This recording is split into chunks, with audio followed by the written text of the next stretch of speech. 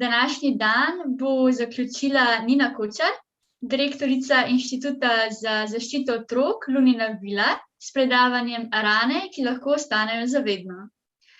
Preden začnemo, naj vas samo še opozorim, da bo zadnjih nekaj minut namenjeno odgovarjanju na vprašanja, ki jih lahko postavljate prek aplikacije Slido.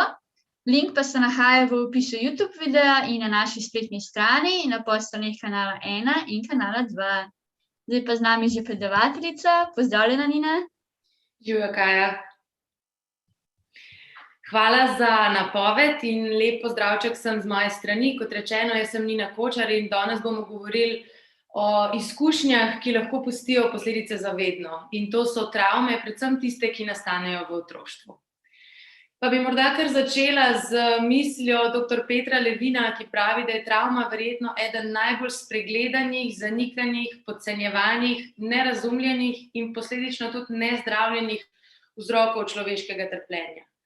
To je en stav, ki se mene zelo dotakne in ki velikokrat me tudi spomne na to, da če bi na travmo gledali na tak način, kot gledamo na kakšno drugo bolezen oziroma na splošno na neke te čist biološke stvari, ki se nam dogajajo, bi tudi postopali malo drugače.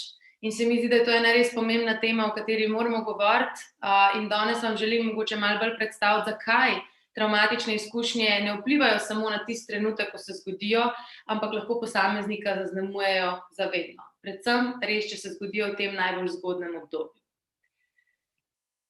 Kaj sploh je travma? Velikokrat mislimo, da je travma nek dogodek sam po sebi. Ampak prva stvar, ki jo moramo vedeti, je, da pri travmi gre za odziv na nek dogodek. Obstajajo seveda dogodki, ki so v veliki večini primerov travmatični, ampak torej gre za odziv na dogodek. Torej, travma sama po sebi je nekaj subjektivnega in je odvisna od posameznika. Ne vedno, ali pa v večini primerov ne od dogodka. Torej, kako bomo mi določen dogodek interpretirali. Ko pa govorimo o travmi, gre pa vedno za to, da je posameznik nekako doživel nek dogodek, ki je ogrožal njegovo lastno življenje, celovitost telesa ali pa življenje nekoga bližnjega. Torej, za ta občutek ogroženosti, zaradi katerih se potem sprožijo neki naši telesni odzivi in zaradi katerih ima travma tudi tako posledico kasneje v življenju. Sploh, ko govorimo o otrocih, se je pa potrebno res močno zavedati, da otrok na svet gleda drugače. Torej, nekaj, kar bi nam odraslim morda niti ne predstavljalo nekega travmatičnega dogodka, je lahko za njega travma.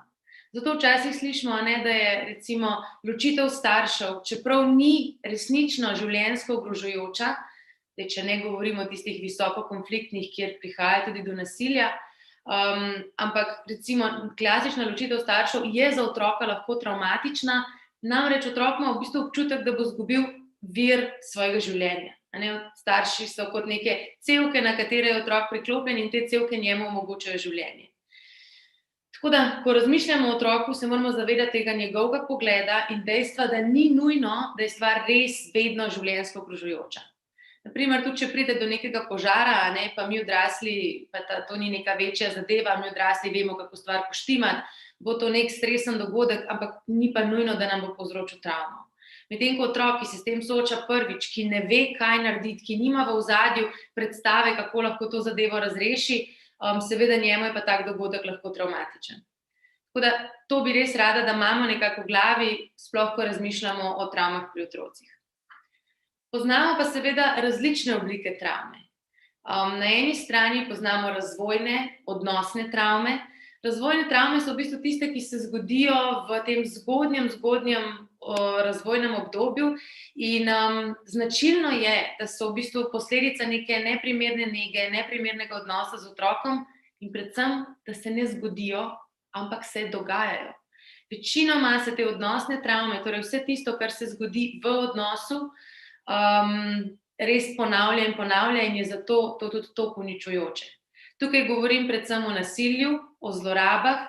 Že včeraj je kolegica Ana, ki je razlagala o tem, kako se razvijajo oziroma kakšne so posledice zlorab za možgane in kako se potem ti možgančki razvijajo, omenila, da so poznamo 4 tipe zlorabe, tako na grobo, torej čustvena, fizična, spolna in pa zanemarjanje.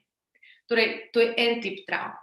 Potem imamo pa tudi tiste travme, ki so nekako posledica enkratnega, močnega šoka. Navadno se zgodijo enkrat. Tukaj govorim predvsem recimo o nekih naravnih nesrečah, tudi o nekih avtomobilskih nesrečah. Torej, spet nepričakovan, življenjsko ogrožajoč dogodek, ki pa se ne ponavlja, ampak se ponavadi zgodi. Mislim, da tukaj, če bi vas zdaj vprašala, kaj mislite, katera oblika travme pusti večjo posledico, ponavadi vedno dobimo odgovor odnosna travma. In res je temu tako. Odnosna travma je tista, ki pusti večje posledice iz večjih razlogov. Prvo je res, da se dogaja. Drugo je to, da je nekako sebi vedno nam je lažje sprejeti, da se je nekaj zgodilo, da je bil potres, da je bil požar, kot pa, da nam je nekdo nekaj naredil. In če poznamo ozadje zlorab, vemo, da se zlorabe navadno dogajajo znotraj zaupnega kroga otroka. Torej, v krogu ljudi, ki bi ga mogli varovati. In to, da te prizadene in na tak način zlorabi nekdo, ki bi te mogel varovati, je nekaj, kar mnogo težje sprejmemo, kot to, da se je zemlja zatresla. Potem imamo pa še kumulativno travmo. Tukaj gre pa za v bistvu tiste dogodke, ki sami po sebi ne bi spadali v to kategorijo življenjsko ogrožajočih. Ampak gre za neke visoko stresne, ampak sicer malo manjše dogodke, ki pa se nalagajo in lahko v bistvu skupaj potem še vedno privedejo do tega, da v bistvu to postane ena velika travma. Tako da razvojna posledica enkratnega šoka in pa kumulativna travma. Seveda je od tega, kakšen vpliv bo imel travmatski dogodek, je to odvisno tudi od tega, kakšne oblike je.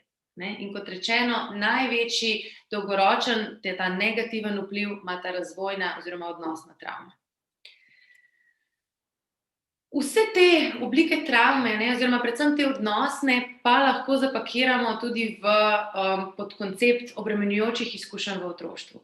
V angleščini se temu reče adverse childhood experiences, torej izkušnje, ki so za otroka izjemno težke in predstavljajo neke potencialno travmatične dogodke v času razvoja.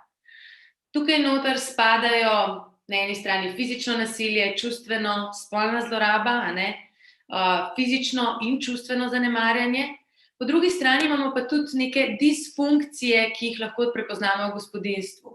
Torej, recimo, da ima en izmed članov neko duševno motnjo, težavo, po drugi strani, da je posameznik priča nasilju odraslim v gospodinjstvu. Tukaj se spet vrnemo na to, da moramo gledati čez oči otroka in če je ogrožen njegov starš, je ogrožen tudi otrok. Zasvojenost odraslega člana v gospodinjstvu, mogoče izguba biološkega starša, neka visoko konfliktna razveza ali pa zapustitev otroka. Ali pa tudi to, da je nekdo od otrokovih bližnjih, predvsem tle govorimo o starših, prestaja zaporno kazen oziroma da je zaprt zaradi nekega kaznivega dejanja.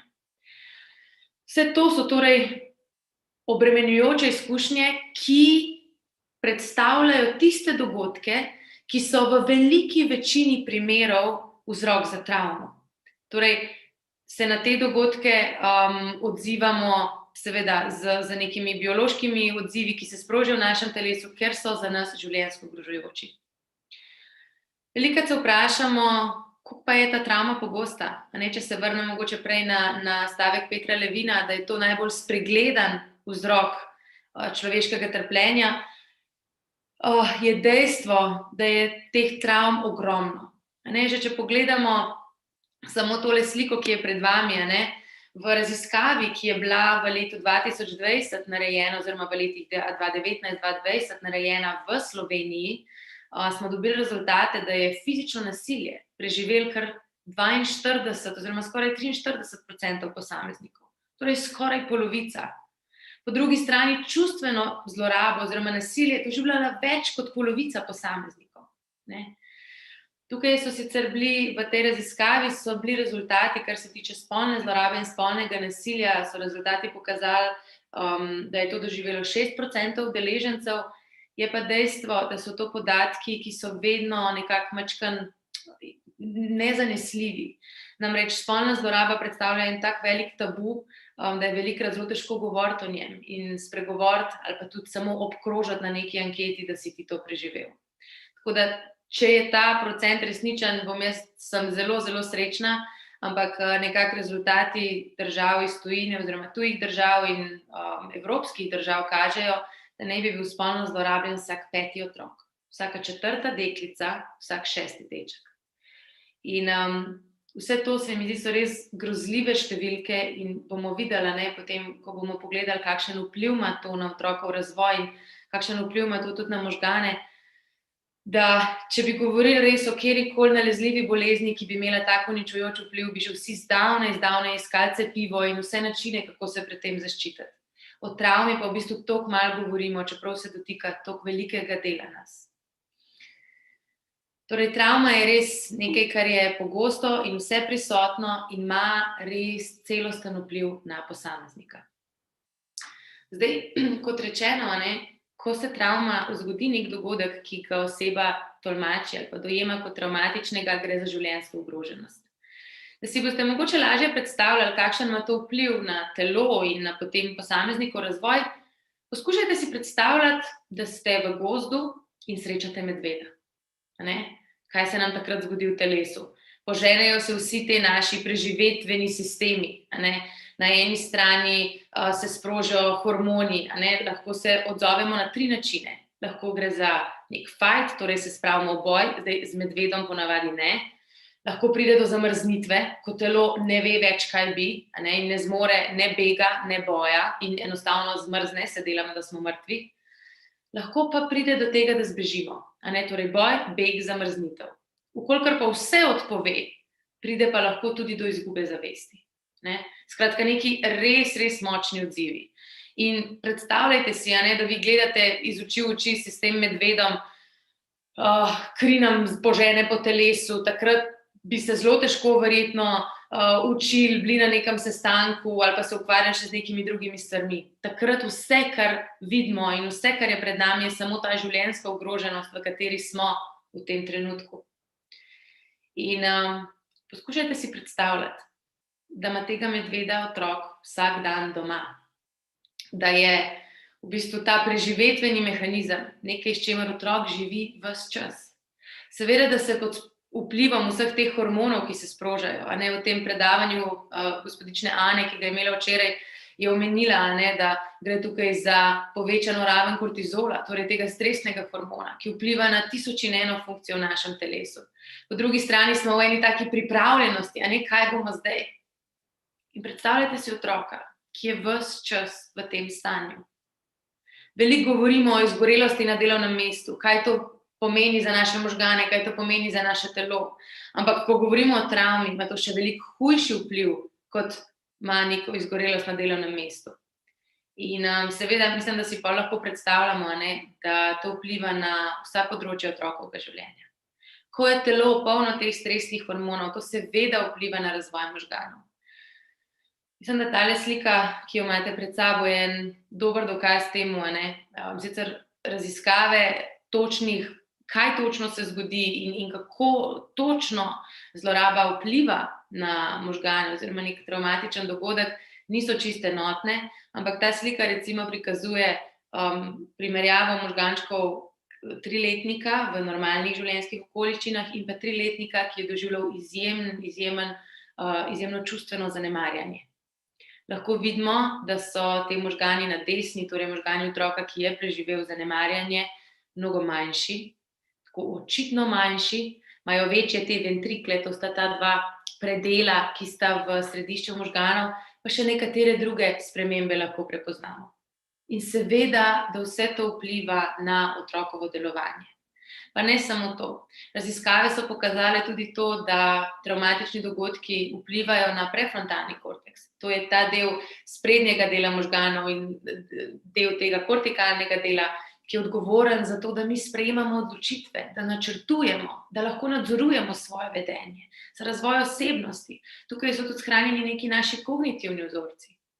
In seveda je potem vse to nekaj, kar je otroku, ki je preživel zlorabo, ali pa tudi odrasli osebi, ki je preživela neko travmatično izkušnjo v otroštvu, to mnogo težje in lahko vse te posledice nese tudi v odraslo dobo.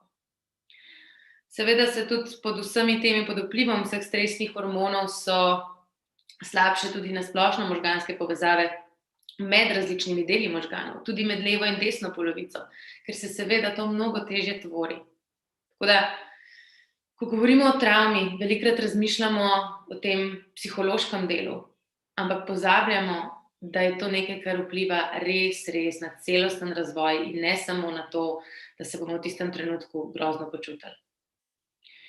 Po drugi strani, poleg tega, da vpliva na razvoj možganov, vpliva tudi na hormonski sistem. Kot sem prej rekla, ogromno je kortizola, pa še drugih sprememb, ki se dogajajo in na podlagi tega povišanja izločanja stresnih hormonov pride tudi do oslabljenega imunskega sistema. Seveda, ko je telo ves čas v stanju neke pripravljenosti, a bo nevarnost, a ne bo nevarnost, ko se te stvari ponavljajo,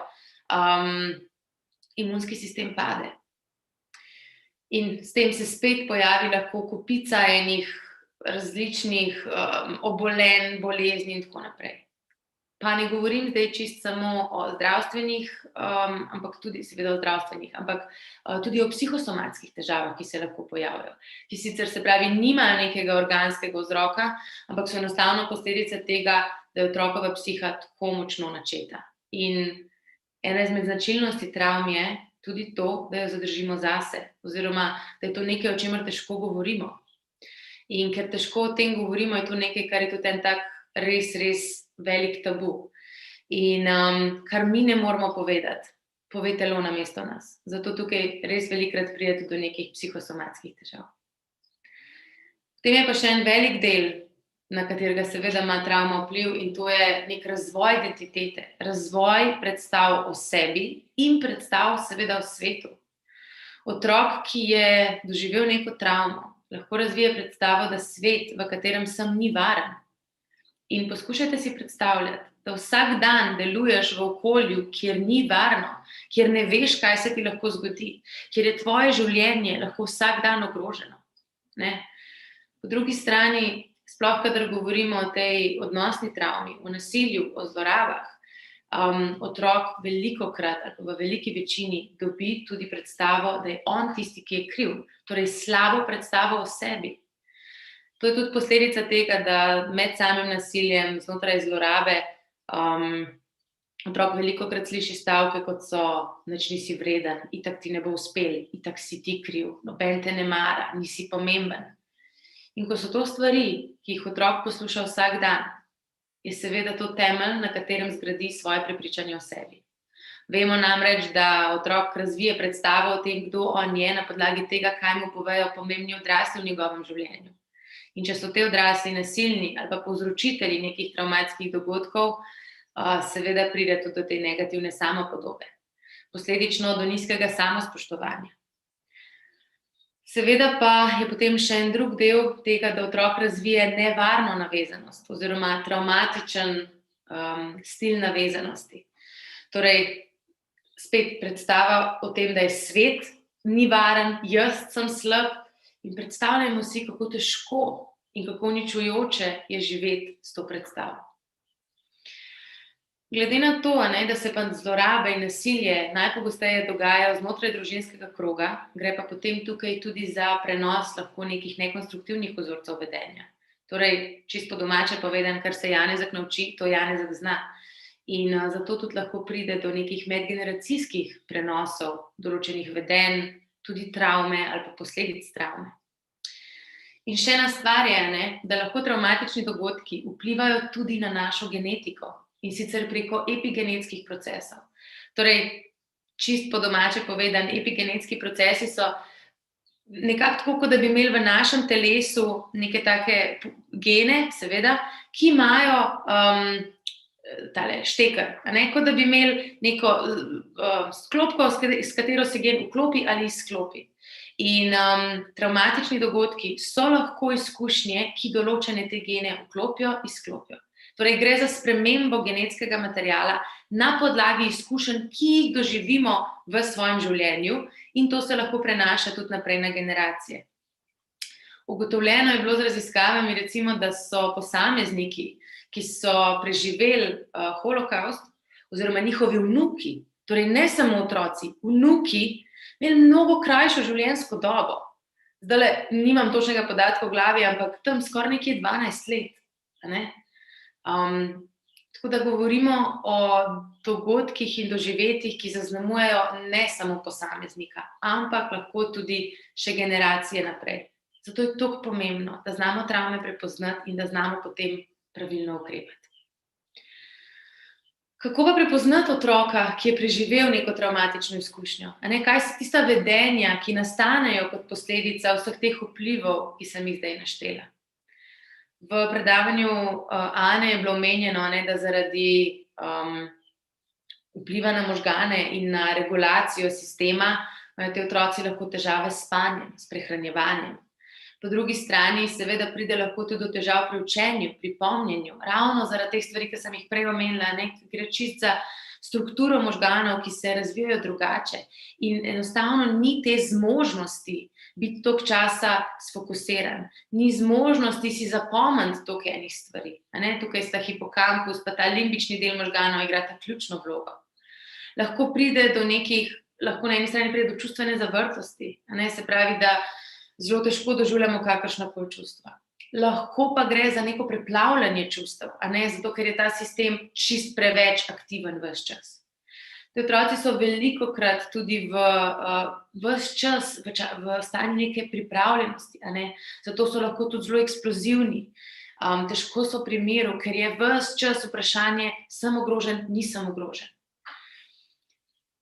Potem pa poznamo še eno disociativno vedenje, se v bistvu temu reče, in ko je travma prevelika, ko je nek dogodek totalno pretežek za telo v tistem trenutku, se zgodi, da pride nekako do razcepa med mentalnim in med telesnim. In osebe recimo povejo, da so v času travmatičnega dogodka lahko sebe, kot da bi se odcepile od telesa in da recimo so sebe opazovale ali strani ali tako nekako iz višine. In temu rečemo disociacija. In to disociativno vedenje, če se otrok podvržen večjim travmatičnim dogodkom ali pa zlorabi, nasilju, to lahko rata nek način njegovega delovanja in v katerikoli stresni situaciji potem tudi v šoli enostavno odplava. Pa tle ne govorimo o tem, da je otrok zasanjan, ampak da dejansko, kot da bi se odcepil. Vidimo, da nekako ni prisoten tukaj in zdaj. Seveda pride potem velikokrat tudi do upada zanimanja za neke dejavnosti, za stvari, ki so otroka mogoče prej zanimale, ki so ga navduševale, ker vse, s čemer je on prepleten, pa v kar je vpleten, je preživetje. In ko smo v tem survival modu, tudi ko gledamo medveda, takrat nimamo zanimanja za to, kako bomo pa mi doma kvačkali ali pa delali nekaj, kar nam je sicer všeč. Lahko pride pri teh otrocih tudi do regresije, torej do izgube nekih že doseženih mejnikov. Tukaj recimo govorim o močenju postelje. Otrok je že prešel to fazo, je že bil suh, potem pa spet pride do nekega lulanja, recimo po noči. Lahko pride do jecljanja, se pravi res, da se otrok vrne v prejšnjo razvojno fazo. Zakaj se to zgodi? Zato, ker se otrok nekako vrne v tisti čas, ko je bil še varen, torej pred tem travmatičnim dogodkom. Pri otrocih, ki so preživeli travmo, lahko prepoznamo tudi izogibajoče vedenje, torej da se začnejo izogibati vsemu, kar bi bilo povezano s travmatično izkušnjo. Pogovoru o teh zadevah, kakršnim koli, filmom, dražljajem, ki bi ga spomnile na ta dogodek. Lahko gre za izogibanje določenim krajem, določenim predmetom, skratka, res to izogibajoče vedenje. In pa velikokrat lahko opazimo tudi neke nenavadne odzive na vsakdanje dražljaje. Naprimer, nekaj, kar otroku prej ni predstavljal stres, pa je zdaj kar naenkrat postane en tak res velik izziv. Naprimer, če je otrok, temu rečemo triggerji, če je otrok preživel recimo avtomobilsko nesrečo, in se je v njegov avto, oziroma v avto, kjer je bil, zaletel en rdeč avto, se lahko zgodi, da otrok vsakič, ko bo videl rdeč avto, bo ga v bistvu vrnil nazaj, kot da je spet v tej travmatični izkušnji. To se pa zgodi zato, ker so te travmatične izkušnje v možganih drugače zapisane. Nimajo časa in kraja, kjer so se zgodile in so tam nekje v preteklosti, ampak so tako kot vse prisotne. In nekako se meni tako zdi, kot da bi si telo reklo, lej, to se ti nikoli več ne bo zgodilo. Na vse načine te moram zaščititi. In eden izmed načinov je tudi to, da kadarkoli opaziš nekaj, kar malo spominja na tisto osnoven dogodek zlorabe, te spomnim, da se temu izogni in na ta način pride tudi do teh nenavadnih odzivov. Že prej omenjene zdravstvene in psihosomatske težave so lahko zelo pogoste in pa pri najmlajših opažamo tudi ponavljajočo oziroma repetitivno igro, kot ji rečemo. Ne? To pomeni, da otrok preigrava to, kar se mu dogaja, ali pa preigrava ta travmatičen dogodek. In značilno za to ponavljajočo igro je, da nima razrešitve in pa, da otroku ne prinese zadovoljstva. Torej, recimo en primer, da bi en medvedek vedno napadal enega zajčka in ta zajček se nikakor ne more ubraniti, ne? Ampak je to nekaj, kar se skozi ponavlja in ta igra nima razrešitve. Lahko pa tudi opazimo neke značilnosti v likovnih izdelkih, recimo risanje z pretežno črno barvo, recimo sploh za spolne zlorabe so zelo značilni tudi večplastni izdelki, torej otrok nekaj nariše, pa pobarva čez, pa spet nekaj nariše, pa pobarva čez. In to so recimo slike, ki so tudi takole, imajo prav debele plasti, no, če nismo pozorni na to, kako otrok to ustvarja, mogoče niti ne pridemo do tega, da gre tukaj za neko prikrivanje. To je zdaj nek seznam stvari, ki se pri otrocih najpogosteje pojavljajo, ne, kako lahko to prepoznamo. Ampak mislim, da če dobro pogledamo ta seznam, bomo zelo hitro prišli do enega spoznanja. In sicer, da so vsi te simptomi lahko tudi posledica česa drugega. Lahko ima otrok res zdravstvene težave, lahko iz kakšnega drugega razloga izgubi interes za dejavnosti, težave pri učenju, so lahko posledica marsikaterega vzroka. In jaz bi si najbolj želela, da bi vam lahko dala en tako checklisto in vam rekla, lejte, ko obkljukate 3 stvari, takrat je otrok zagotovo preživel travmo, tako ga boste prepoznali. Ampak žal temu ni tako. In vedno pridemo do tega, da zato, da vemo, a se je z otrokom res nekaj dogajalo ali ne, da ga moramo vprašati, da moramo o teh stvarih govoriti in da moramo pristopiti tudi mogoče na nek drug način. Torej, to so simptomi, ki jih lahko opazimo, ampak ne pomenijo pa nujno, da je otrok doživel travme. So pa indici, kot neke rdeče zastavice, ki nam pa dajo vedeti, da obstaja velika, velika možnost, da se je to zgodilo. Vkolikor otrok ne dobi pomoči, vkolikor se po možnosti te travmatične izkušnje še in še dogajajo, jih pa seveda lahko nese tudi v odraslo dobo. In v odraslosti se potem pojavijo tudi različna vedenja, ki so posledica travmatičnih izkušenj v otroštvu. To so lahko od različnih psiholoških, psihičnih motenj do težav v odnosih. Sploh, kadar gre za odnosno travmo, je to nekaj zelo značilnega, da posamezniki težko tvorijo partnerske, družinske odnose, pa tudi prijateljske v končni fazi. Spet, ker je svet nevaren, ker je to predstava, ki sem jo že prej dobil. Ena stvar, oziroma en podatek, ki mene vedno zadane v srce, je tudi tale tabela, ki kaže, da v bistvu med tistimi posamezniki, ki niso doživeli nekih obremenjujočih izkušenj v otroštvu, 1 na 96 naredi poskus samomora oziroma poskus samomora. Medtem ko pri tistih, ki so doživeli od 4 do 6 teh obremenjujočih izkušenj, samomor poskuša narediti 1 izmed 5. Tudi, če pogledamo, recimo neke te odvisnosti, ki so značilne za posameznike, ki so preživeli travmo v otroštvu, 1 od 6 kadi, 1 od 6 ima težavo z zasvojenostjo z alkoholom. Medtem ko pri tistih, ki tega niso preživeli, je ta številka mnogo manjša. Vidimo pri alkoholu 1 na 69 ali pa pri kajenju 1 na 16. Tako da travmatične izkušnje so ravno zaradi tega tako uničujoče in če jih ne zdravimo, če posameznik ne dobi pomoči, dejansko lahko pripeljejo do zgodnje smrti in mnogih življenjskih izzivov, ki ga potem spremljajo celo življenje. Še za konec, mogoče še o tem, kako lahko pomagamo. Kaj lahko mi kot posamezniki naredimo za to, da pomagamo tem otrokom, tem odraslim, oziroma tudi sami sebi. Ker se statistika ne velja samo za otroke, velja za vse nas. In prvo je, da znamo opaziti, da znamo prepoznati. Torej, da vemo, da je travma zelo pogosta, da se zavedamo, da je to ena stvar, ki je vse prisotna. V tej slovenski raziskavi je več kot 75% udeležencev preživelo vsaj eno od teh obremenjujočih izkušenj.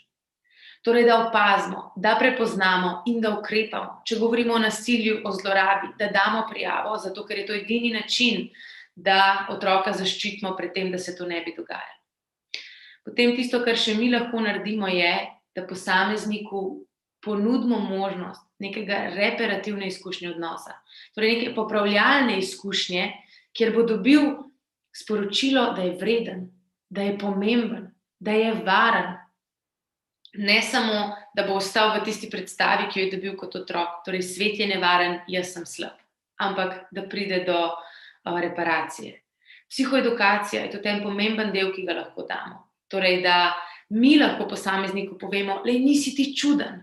To, kar se ti dogaja, je posledica tega, da enostavno tvoje telo zdaj deluje drugače zaradi teh stvari, ki so se zgodile. Potem pa seveda, če imamo možnost, jih lahko naučimo tudi nekih načinov obvladovanja simptomov travme, načinov pomerjanja tega živčnega sistema. V veliki večini primerov, ko pa sami tega ne zmoremo, pa lahko posameznika nekako usmerimo na strokovno pomoč. Tukaj je pa pomembno, da vemo, kam ga lahko napotimo in da mu potem tudi damo neke kontakte. Tako da, to bi bilo to iz moje strani. Zdaj pa mislim, da je prostor še za za vaše vprašanje. Ja, točno tako. Nina, hvala za tole tvoje predavanje. Mislim, da je bilo vsem zelo zanimivo. Bom ti pa kar postavila par vprašanj, ki so se pojavila. In sicer prvo je, kaj lahko storimo, da pomagamo otroku s travmami? Kako pristopiti, kaj reči? Torej, glavna stvar zdaj, malo je odvisno od tega, za kakšno obliko travme gre. Ampak mogoče tista, ki je v slovenskem prostoru najbolj aktualna oziroma se največkrat pokaže, so nasilje in zlorabe. In ko nam otrok spregovori z nami, ali pa ko vidimo, da se mu dogaja nekaj takega, mu moramo povedati 3 stvari. Prvo je, hvala ti za zaupanje in čestitke za pogum, da si mi to sploh povedal. To je že ta reparacija, ki sem jo omenila, mu dati vedeti, da ga razumemo, da je vreden, da so njegove besede pomembno. Torej, hvala za čestitke za pogum in hvala, ker si mi to zaupal. Druga stvar, to se ti ne bi smelo dogajati, da probamo odvzeti ta občutek krivde. In tretja stvar, ki jo moramo nujno povedati otroku, je, to informacijo bo mogel predati naprej, ker te je treba zaščititi, spet, ker se ti to ne bi smelo dogajati. Zakaj je to tako nujno? V primeru zlorabe nasilja je otroku odvzeta kontrola in odvzeto je zaupanje, ker otrok ne more zaupati odrasli osebi. In zdaj, če smo mi, ravno kar je otrok nam povedal, verjetno najtežja stvar v svojem življenju, v prepričanju, da bo to ostalo z nami. In zdaj bomo mi, brez da mu to povemo, predali informacijo naprej, ker smo po zakonu dolžni. Mi moramo vedno prijaviti sum zlorabe, kolikor obstaja. In če ne bomo otroku povedali, da bomo to predali naprej, ga lahko še enkrat v bistvu traumatiziramo, ker spet on nam je zaupal in mi smo to zaupanje porušili. Tako da, kar se tiče tega, kako se odzvati, bi bile to nekje 3 stvari, ki se mi zdi, ki so nujne, da jih otrok sliši. Potem pa, kot rečeno, ogromno naredimo s psihoedukacijo. Da otroku lahko povemo, to, da si težko zbran, to, da se hitreje razjeziš, da se ne moreš pomiriti, ni zato, ker si čuden, pa ker je nekaj narobe s tabo, ampak zato, ker je tvoje telo, zato, da je lahko preživelo, zato, da je tebe obranilo, predvsem hudim, kar se ti je zgodilo, je razvilo neke načine, ki so te takrat sicer obvarovali. Zdaj v šoli ti pa recimo hodijo narobe, ampak nič ni narobe s tabo. In mogoče mu razložiti, kaj se dogaja z njegovim telesom. Tretja stvar pa, kot že omenjeno, da vemo, kam ga napotiti na strokovno pomoč. Ker v veliki večini primerov tega ne bomo zmogli sami, oziroma veliko je tudi to, že če se mi dodatno pozanimamo pri strokovnjakih, kako otroku pomagati. A ne? Mogoče ena taka res hitra vaja, ki vam jo lahko pokažem, je, da otroke naučimo sproščati telo, a ne, tako kot da bi naredili nek reset v telesu. Jaz vaji rečem, ko delam z otročki, robot pa lutka. In sicer gre za princip progresivne relaksacije mišic, ampak jaz otroku rečem, ok, zdaj bova za 5 sekund napela vse mišice v telesu, tako kot da sva robot, in potem res napne vse mišice, in potem za 5 sekund sprosti celo telo, tako da, ko je ena lutka, a ne, da res opleta. In to ponovi 3-krat, 6-krat, to ne bo odvzel simptomov travme. Mu bo pa pomagal, da pride spet v stik s telesom in da se nekako spostavi to hormonsko ravnovesje. Super, hvala. Evo še eno vprašanje, če boš mogoče znala odgovoriti. Kaj narediti, ko CSD prijave o čustveni zlorabi otroka in zanemarjanju ne vzame resno? Ja, prevečkrat se to zgodi, ampak moja izkušnja in tudi naše klinične izkušnje, s katerimi smo v bistvu se vsak dan soočam, je ne obupati. Dajte poiskati dodatno strokovno pomoč, obrnite se na kakšno izmed združenj, organizacij, tudi mi v Lunini vili smo vam tukaj zato na voljo. Ker dejstvo je, da čustvena zloraba pusti ravno take posledice in moramo velikrat mi biti advokati otroka in tega, zakaj je to nujno ustaviti, tudi če mogoče Center za socialno delo v tistem trenutku tega ne vidi. Tako da moja izkušnja je, da smo že večkrat dosegli, da se recimo prekinili neki stiki ali pa da so se naredili ukrepi na podlagi tega, da smo zelo glasno in zelo močno pritiskali v bistvu tudi na institucije, skupaj z njimi sestavili neko ogroženost, oceno ogroženosti otroka, ki se v takih primerih vedno zgodi, in potem so se stvari peljale naprej. Moramo pa vedeti, da ni Center za socialno delo po novem zakoniku tisti, ki daje ukrepe, ampak je to sodišče. Center pa je tisti, ki da nek predlog. Ampak sodišče posluša center, zelo velikrat, posluša tistega, ki je glasen, tako da moj napotek bi bil ne obupati, ker imate prav, to se otroku ne bi smelo dogajati in bodite glasni namesto njega, ker on ne more biti. Super, hvala. Še 2 vprašanji, ki se mogoče malo navezujeta. Kako otroku razložiti, kaj se je zgodilo, oziroma kako osnovnošolskim, predšolskim otrokom razložiti, da zlorabe niso v redu, oziroma kaj sploh so?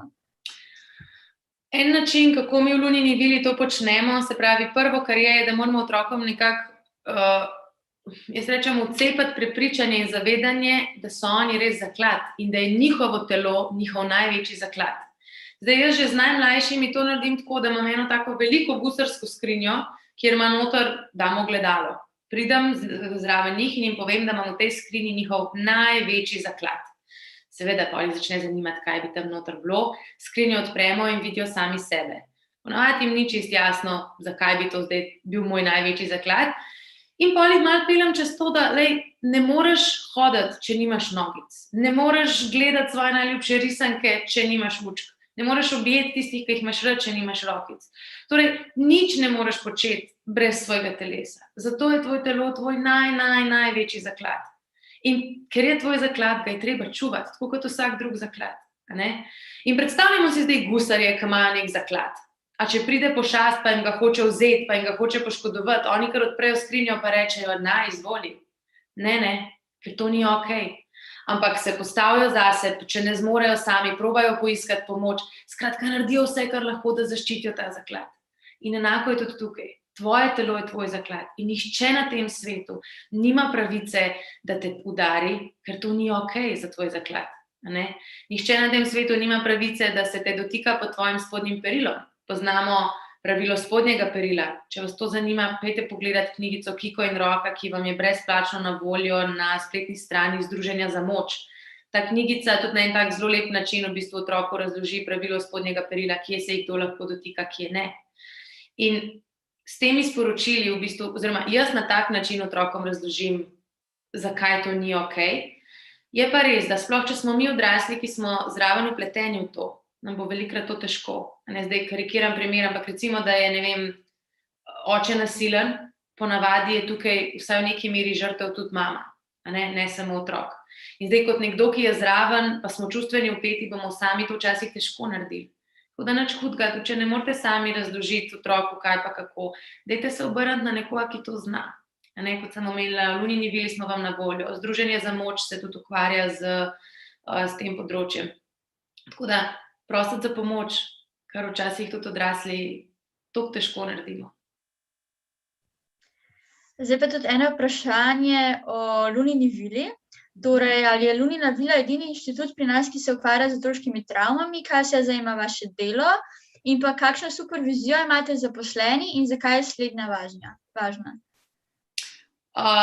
Torej, zdaj, kot jaz vem, je Lunina vila edina neprofitna organizacija, oziroma se pravi edina organizacija, ki nudi brezplačno pomoč otrokom, ki so preživeli travmatične izkušnje.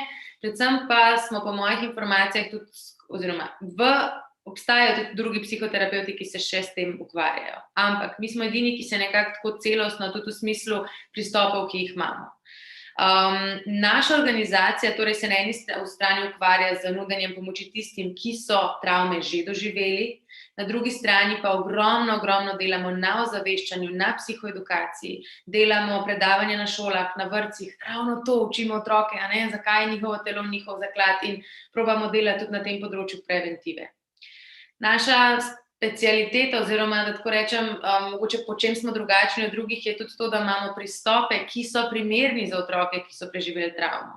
Kot sem prej že rekla, o travmi je težko govoriti, zato imamo pri nas tudi igralno terapevtko, pristope likovne terapije, zato da lahko otrok na način, ki je njemu blizu in čez katerega se on itak že izraža, že prej sem omenila ponavljajočo igro, likovne izdelke in tako naprej, da ga mi ne silimo, da on z besedami, ki jih že odrasli nimamo, nam nekaj pove, ampak da mu pustimo, da travmo predela v svojem jeziku in na svoj način.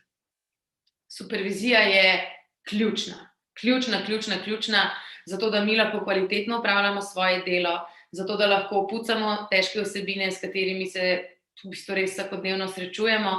In mi osebno imamo skupinsko supervizijo, ki jo imamo enkrat na mesec, torej celotna ekipa. Imamo jo pri gospe Mateji Štern, ona je specialistka na področju travm, zlorab, nasilja in tudi bivša kriminalistka, tako da nam velikokrat pomaga tudi pri čistih bojih z različnimi inštitucijami. Po drugi strani ima pa potem še čisto vsak izmed terapevtov, ker imamo različne terapevtske pristope, ima še vsak svojega supervizorja na svojem področju. Torej, igralna terapevtka ima supervizorko z področja igralne terapije. Naš Gašpar je zakonski in družinski terapevt, ima z tega področja. Naša Anja, integrativna psihoterapevtka. Tako da vsak ima svojega, pa še skupaj imamo, zato da res lahko zagotavljamo kvaliteto svojega dela, ker pri posameznikih, ki so preživeli travmo, si res ne moreš privoščiti nekih napak. Hvala. Evo še zadnje vprašanje mogoče. Kakšna izobrazba je najustreznejša za delo na področju spolnih zlorab oziroma kakšne kompetence so najbolj esencialne? Jaz bi rekla, da je zelo odvisno, v kakšnem aspektu se dela spolno zlorabo. Zdaj, spolno zlorabo delajo tudi policisti, pa rabijo neko zelo drugo izobrazbo kot en socialni delavec, ki se ukvarja s tem področjem, ali pa psihoterapevt. Tako da težko bi dala zdaj en generičen odgovor, ampak se pravi, pomembna je strokovna izobrazba z področja, kjer delaš zlorabo. Če si terapevt, moraš biti usposobljen psihoterapeut. Če si socialni delavec, moraš imeti diplomo iz socialnega dela, zato da imaš to podlago. Potem so pa neke te odnosne kompetence, ki so pa absolutno nujne. In prva je ta, da se znamo oglasiti na otroka ali pa tudi odraslo osebo, ki je pred nami. Da ga znamo začutiti, da smo empatični. Po drugi strani, da imamo to je en zelo pomemben del, da imamo svoje vsebine predelane. Zato, da nas, ko govorimo s posameznikom, ko njim pomagamo, da nismo pol preplavljeni z našimi vsebinami. Da ne začnemo na koncu mi tam jokati, pa se mi sesujemo, pa otrok na koncu nas to laži. Tako da neka ta notranja, to, da mi predelamo svoje stvari, tudi s terapijo, če je treba, zato pa imamo terapevti recimo tudi obvezno svojo lastno terapijo tekom študija. Predelava lastnih vsebin, empatija, včeraj je že dr. Žvelc omenjal, tudi ostale kompetence, ki so pomembne v psihoterapevtskem odnosu in ena izmed njih je tudi to, da smo pristni. Da to, kar rečemo, da drži in velikokrat pri otrocih, ki so preživeli zlorabo, to pomeni tudi reči, ne vem, ne znam ti povedati. Mene otroci velikokrat vprašajo, kdaj pride policist, kaj me bo vprašal in Če bi jaz tam zdaj hotela najti nek odgovor, ga nimam. In kar lahko rečem je, ne vem. A ne? Ampak sem v tem iskrena, sem pristna v svojem izrazu. Tako da to bi bilo mogoče. Pa seveda nujno je, da imamo znanje o tem, kako travma vpliva na posameznika. Pa ne zdaj sam, da ste prisotni zdajle na tem predavanju, a ne? Pa veste že vse, ker ne, to je en mini vrh ledene gore, ampak tako, da imamo znanje o tem, da razumemo, kako posameznik deluje, zato da mu potem lahko tudi pomagamo. Pa sigurno še kakšna stvar, no, ampak tako mogoče te osnovne, ki mi zdajle pridejo na pamet. Super, hvala, Nina. Zdaj nam je pa tudi počasi zmanjkalo časa, tako da se bomo mogli na tej točki posloviti. Še enkrat ti hvala za predavanje in za take izčrpne odgovore. Z veseljem. Hvala vam za povabilo. Čau, čau. Adijo in lep večer vsem.